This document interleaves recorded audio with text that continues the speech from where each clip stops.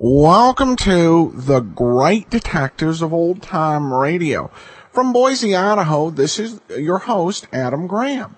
If you have a comment, email it to me, box13@greatdetectives.net. Follow us on Twitter at Radio Detectives and become one of our friends on Facebook, facebook.com/Radio Detectives. Before we get started, I want to let you know today's episode is brought to you by the financial support of our listeners. And among them are Chris and Nikki. Thank you so much for your support. We'll send along access to our premium site, which we do with all donations of $7 or more. And you can support the show at support.greatdetectives.net. Also, over at greatdetectives.net this weekend, I offer up my review of the out-of-print Michael Shane book by Britt Holliday, Murder by Proxy. And on Sunday, my thoughts on the ITV adaptation of Sad Cypress. Both of those will be available at greatdetectives.net.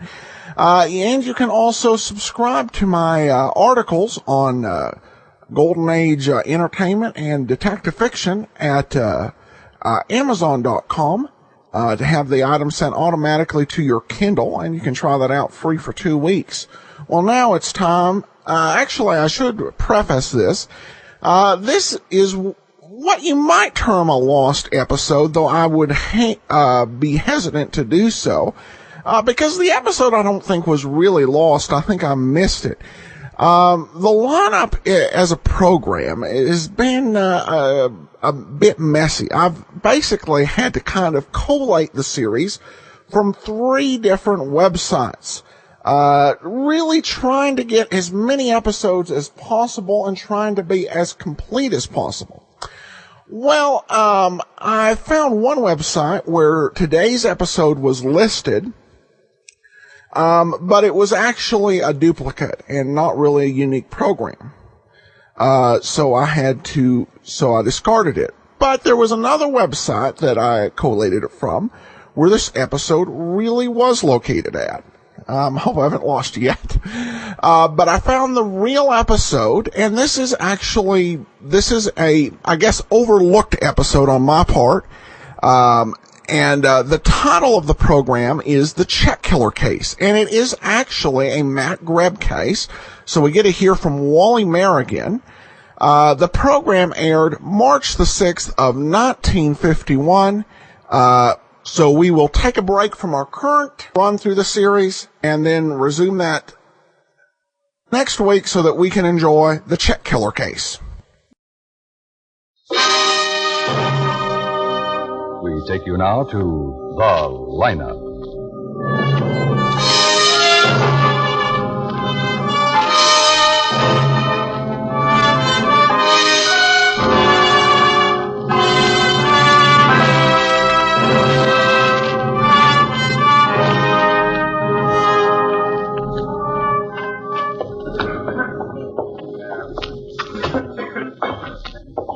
Hi, Ben. Hi. Thought you were off duty. Well, I'm supposed to be, Quine, but we're checking on that 211 we get down the morgue. Oh, no identification? Not yet. Be another hour or so. Thought I'd stop in and see what you got. Nothing big. About 35 boys. Well, I got nothing to do until we get an identification. Oh, there's Matt. May I have your help. attention, please? Yeah, I'll see you later. You people out there on the other side of the wire in the audience room, may I have your attention, please? Thank you. My name is Greb, Sergeant Matt Greb. I'll explain the lineup for you. Each of the suspects you will see will be numbered. I'll call off a number, their name, and charge. If you have any questions or identification, please remember the number assigned to the prisoner as I call his name. At the end of each line, when I ask for questions or identification, call out the number. If you're sure or not too sure of the suspect, have him held. The officers who took your name will assist you. They're seated among you. Please be prompt with your questions or identification. When the prisoners leave here, they are sent to the washroom and dressed back into their jail clothes. It makes it quite difficult to bring them back after they leave here. The questions I ask these suspects are merely to get a natural tone of voice, so do not pay too much attention to their answers, as they often lie. Bring on the line. Okay, keep it moving. Right over to the end of the stage. Hands to your sides. Now turn and face front. Okay, boys, now when you answer my questions, talk up. There's a lot of people out there, and I want you to talk up so they can all hear you. All right, number 1, Thomas Lane, breaking and entering. Where do you live, Tommy? 3112 Kennedy, upstairs. Don't look at me, Tommy. Look straight ahead, right out at the people there. Yes, sir. You live at 3112 Kennedy. North, south, or what? 3112 South Kennedy. You live alone? No, sir, with my folks. What? With my folks. I know the people out in front can't hear you. Now, come on, talk up. I said I live with my folks. That's better, Tommy. You were arrested with anybody? No, sir. Any weapons? Oh, no, sir, I didn't have any weapons. What time was it? Yeah, that's When him, I was officer. arrested? Klein. Yes, Yeah, what but time was it? identification back then. No, Oh, that's 10, the maybe skip. 10:30. Where was it? Yes, It's auto Mr. Skip. records. over Number at 1. That's the boy. How old are Okay, you, we'll Tommy? have him held at the end of the 18. line. Okay, number 2, Frank Lazo, assault. Where do you live, Frank? 913 South Orchard Street. What do you do? I'm a cowman. What were you doing when you were arrested? I was fighting. I was in a bar fighting. Did you start it? No, Sergeant. Some guy hit a sailor just up and slugged him. Well, who did you hit? The guy that hit the sailor. I got sore when he hit him, so I dropped him. What'd you drop him with? A peanut machine. He didn't have no business hitting that sailor. Sailor wasn't doing nothing but having a good time. The man you slugged said the sailor started it. Look, I was standing right there, Sergeant. Sailor wasn't doing nothing, standing there having a beer, minding his own business. The guy I slugged started the whole thing. What do you want? You know the sailor? Yeah, sure. He's my brother. Okay, number 3, Dennis Riley, drunk and disorderly. Where do you live, Dennis?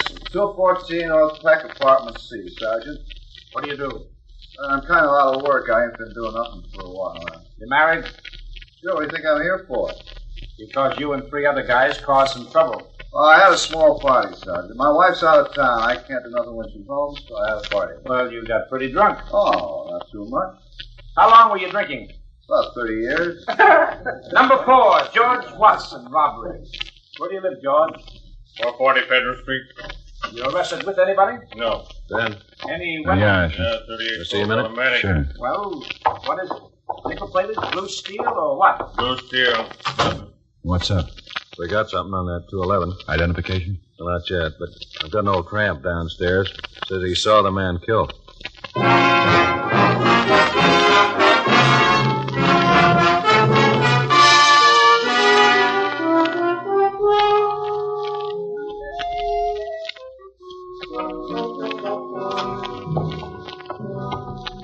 This is Sam Rogers, Ben.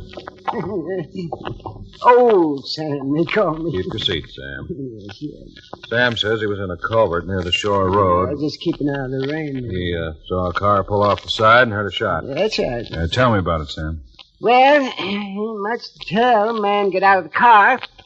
This was after the shot, of course. He got out and grabbed the man's legs and dragged him out of the car. Bumpity bump. Oh, he swung him off the road so hard he rolled on down that hill.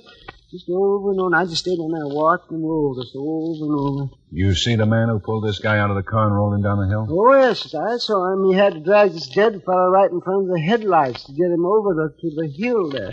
I saw him kind of clear there in the headlights. How'd you know the fellow was dead? You got him down the morgue, didn't you? You know he was dead when this man rolled him down the hill? Oh, I didn't stick around and find out. Took me all this time to get up enough nerve to come in here. So I just kind of walked around thinking about it. Figured I'd better tell you about it. No, we're glad you did. You couldn't fix me up with a meal, could you? Guthrie. Yeah. Oh, wait a minute. Okay, give it to me. Russell Godfrey, 311 Kirby Road. Okay, right. That's the identification. Russell Godfrey, 311 Kirby Road. That the dead fellow? That's right, Sam. I should fix Sam up with a meal and give him a bed. Oh, I ain't tired. I'm hungry, but I ain't tired. You got any money? What kind of money? You can have run of the place. You won't mind it. Okay, but I won't like it. Guess I'll have nightmares, sure.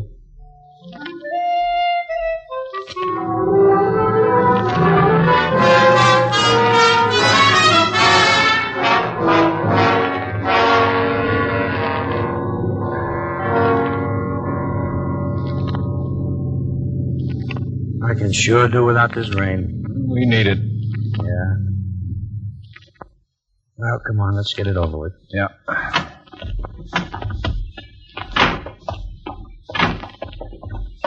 Phew, boy.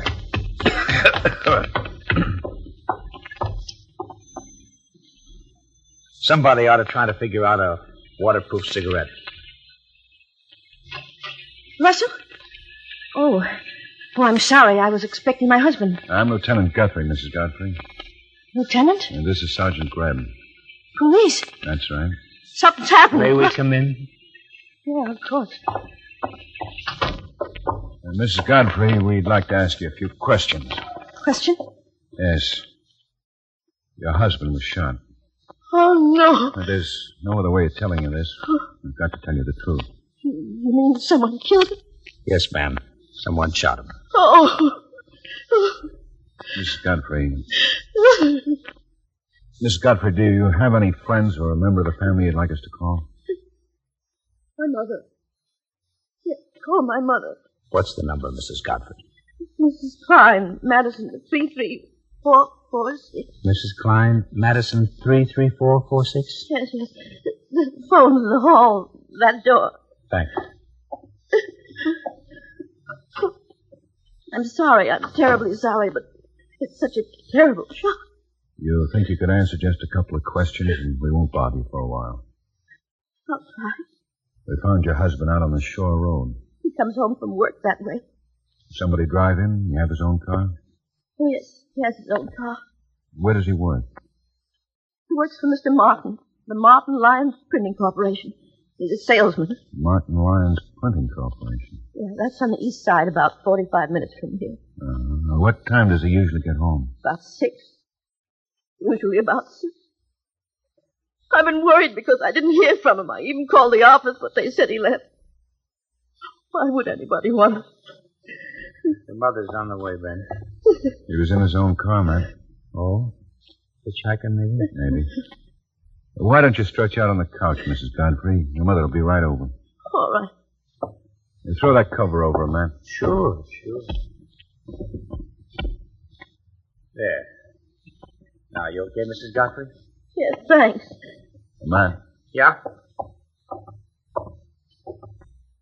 As soon as the mother gets here, we'll check on what kind of car he was driving. Put out an APB. Yeah, okay, Ben. And tomorrow morning, I want to go down to the Martin Lyons Printing Company where he works. Okay. Cigarette? Yeah. Oh, no. Oh, no. Miserable rain. Yeah. We needed it, though.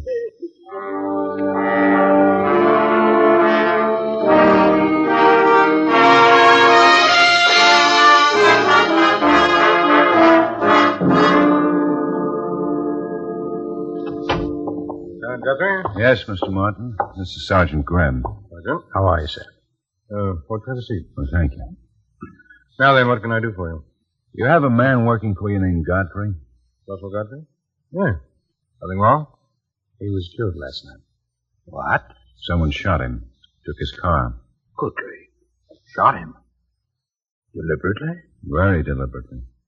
I walked downstairs with him, said good night. What about his wife? She took it pretty well. He didn't drive away with anybody? No, he was alone. At least he was when he left me. Have you any idea why anybody would want to kill him? No, I certainly don't. Did he have much money on him? I couldn't say. Any valuables?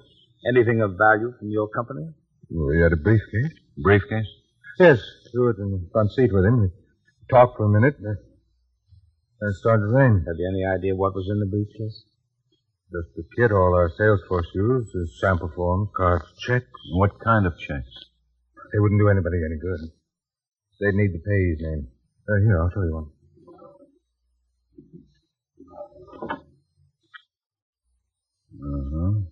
Besides the signature, they'd need to be signed by the officers of various companies whose signatures are acceptable to the paying bank.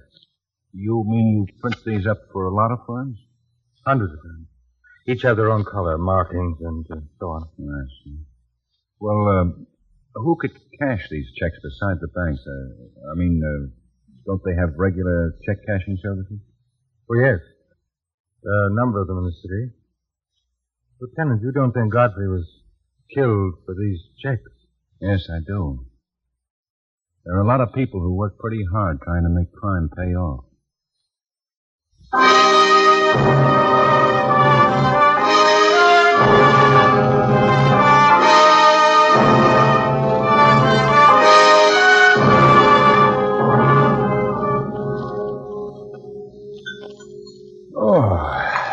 Had enough, Ben? Enough. Up to here, Molly. Coffee? Yes, there won't be any trouble. Don't be silly. I'll help, honey. Oh, you have a cigarette. Now look, Molly. We'll do the dishes tonight. You'll both sit right there and relax. For Pete's sake. You like to eat over here? But how many times? Have a cigarette. Relax, Ben. You're outclassed. Okay. This is no trouble for me at all. Wonderful dinner, Molly. You can come again. Matt, we ought to help one night. Oh, I help plenty of nights. What do you think I asked you over for? I heard that. Oh, you did, huh? Yes, I did. The cream on the table? No, the sugar is, though. Honey, do you want to have coffee in the other room? You want to. Lights are on, Ben. Sure. Yeah, we'll have it in the other room, honey. Okay, you go on. I'll bring it in. It's nearly 8 and they started 8. Sit over there, Ben. Always guarding your chair, huh, man? Oh, no, Ben. That's okay. I was joking. Who's fighting? Some of the best fighters in the game. Second bout of the evening features. Oh, gee, And here they are in the ring. Features Wilbur Jones and John Montague, lightweight. Is that loud enough, Montague's Ben? had 11 fights. A little this year. more. Lost 3, won 6 by knockout. Okay. Jones had 12, lost 2, and won 5 by knockout. Well, the fight's on, and there's Jones with a long left. Montague takes it on his elbow and counters with his own left, high on the head of Jones. Yes? Both Jones and Montague have always been crowd pleasers. Ben, but for you. They've always been Oh, slow getting there. started, too. It's the There's Jones precinct. with John thanks, Montague in Molly. the left, And Montague takes the left. Hello, and this counters is with his own Guthrie. right. Both of these boys Yeah. have got a lot of respect for each other, and they're staying away. Yeah, all right, Clyde. We'll be right down. Better hold the coffee, honey. I just poured it back in the pot. Jones tries it up and hits the corner.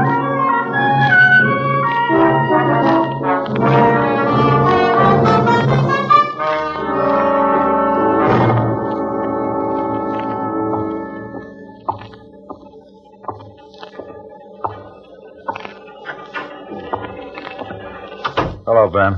Sorry to drag you out. No, that's okay, Clint. This is Mr. Webb, Lieutenant Guthrie, Sergeant Greb. Mr. Webb? Mr. Webb is president of the firm whose name was cut into the check. Oh, just one check cash? That's right, Lieutenant, yes. Here it is, Ben. And which one of you men cashed the check? We questioned the teller. He doesn't remember the man too well. Thinks he might identify him if he saw him again. He made out to Arthur Fisher. No one on your payroll by that name, Mr. Webb? No, sir. $258. Deductions and everything. You did a good job. Yeah, too good. Somebody's certainly familiar with Mr. Webb's business. We're running a check on all the employees. Have you seen Mr. Martin and Princey? Yeah, we're doing the same with all the employees in his shop. How'd you spot this as a phony? Well, Baxter's check cashing service called me. Baxter had read about that man being killed and the check stolen. He knew our payday and remembered it wasn't today, and so Mr. Baxter called me. Oh, whoever cashed that thing certainly got careless. Doesn't look like it was planned so well after all. It doesn't make sense. It's like a perfect forgery. Had to make a mistake of cashing it on the wrong day. He might have gotten away with it if he'd gone in with a lot of other checks. Yeah, sure something. Oh, excuse me. Why? Yeah, he's right here. See you, Ben. Thanks. Guthrie. Yeah? Yeah, where? Okay, right. Got Godfrey's stolen car spotted. Parking lot on West Colfax.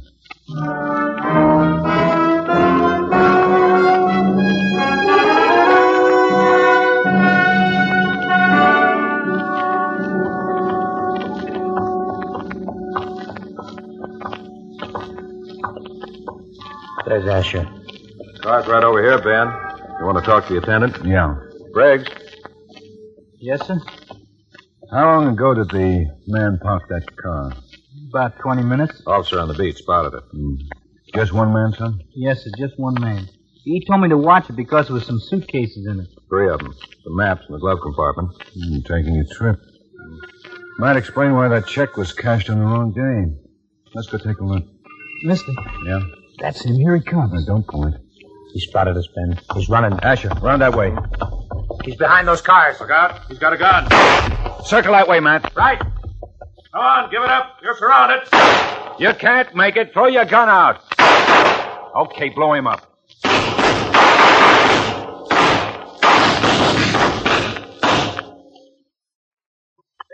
Yeah? He's had it.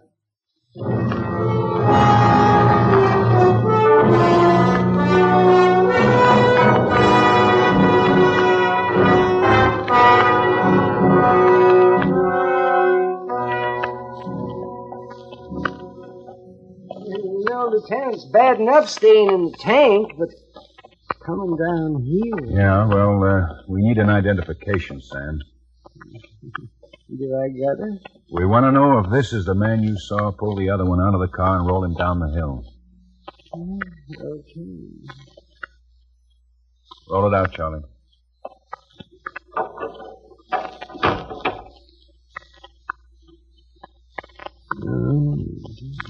Well? What do you mean, No, that ain't the guy.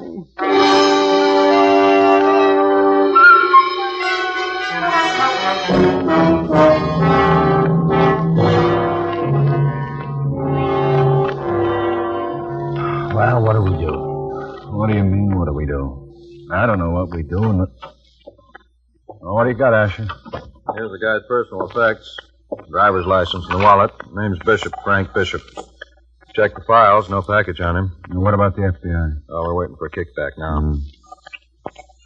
Yeah, nothing much here. No. How do you think he figures? No guy's gonna pull a gun like that unless he's mixed up in something that might get him a lot of years. You want to check that address on the license? 778.5 North Spring. Yeah, wait a minute. What's the matter, Ben? That address.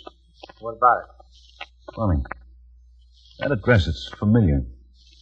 Where the devil have I seen it? 778.5 North Spring? Doesn't do anything for me. Where are those lists on the employees working for the check cashing firms? You put them in the file. Do you want? Yeah. Give a couple of sheets to Asher. You take a couple and we'll check them. Oh. Yeah? Now, here's the FBI kickback on the guy in the morgue van. Got a record. Name's Frank Bishop, all right. Arrested in 1933 on a forgery rather than using the mails. Okay, Quine. Bring it in, will you? Right. Nothing on this one. Hey, Ben. Huh? Here it is.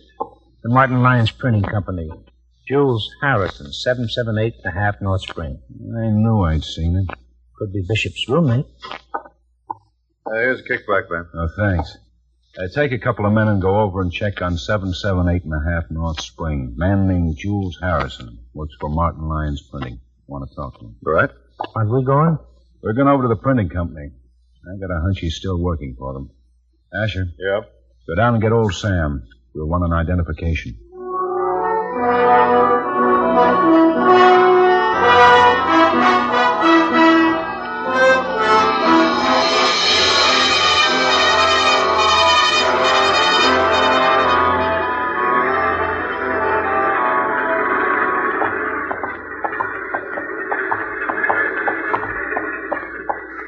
Oh, Lieutenant Guthrie, go right in. Mr. Martin's expecting you. Thank you. Let's go, Sam. Yeah, okay. Oh, hello, Lieutenant. Hello, Mr. Martin. Mr. Martin, this is Sam Rogers. How do you do? Hey. Sam saw the man who killed Godfrey. We think maybe the man we want is working for you. Jules Harrison. Sure. Of course. He's been with the company for nearly 10 years. Well, we'd like for you to send for him, please. All right. Miss Williams, will you ask Jules Harrison to come in, please? Yes, sir. What makes you think it was Harrison? Well, we spotted Godfrey's stolen car in a parking lot. The man who was driving it put up a fight and was killed.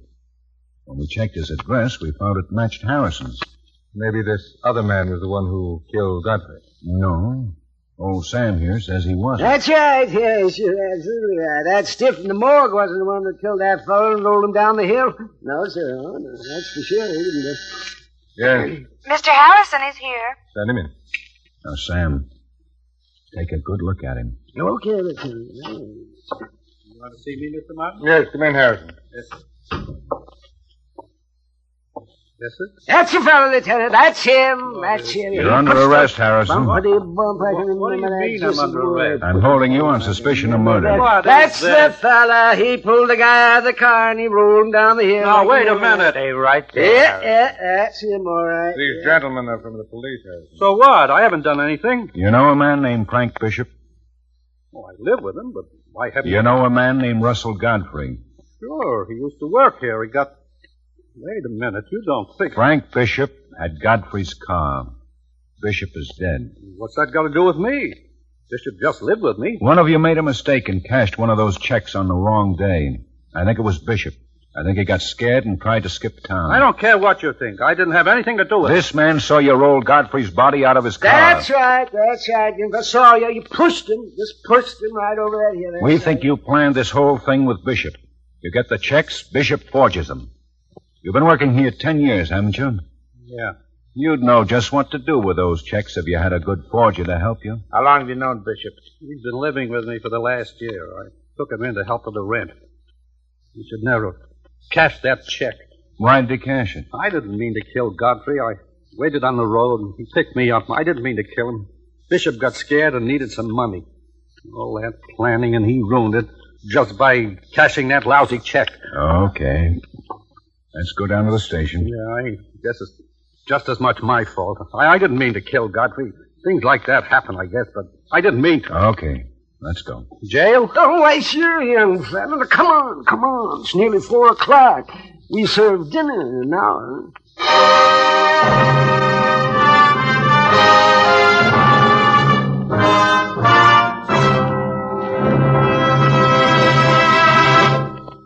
The lineup, where before you pass the innocent, the vagrant, the thief, the murderer. Listen again next week when we again bring you The Lineup. May I have your attention, please? You people out there on the other side of the wire in the audience room, may I have your attention, please? Thank you. My name is Greb, Sergeant Matt Greb. I'll explain the lineup to you. Each of the suspects you will see will be numbered. I'll call off a number, their name, and charge. If you have any questions or identifications, please remember the number assigned to the prisoner as I call his name. At the end of each line, when I ask for questions or identification, call out the number.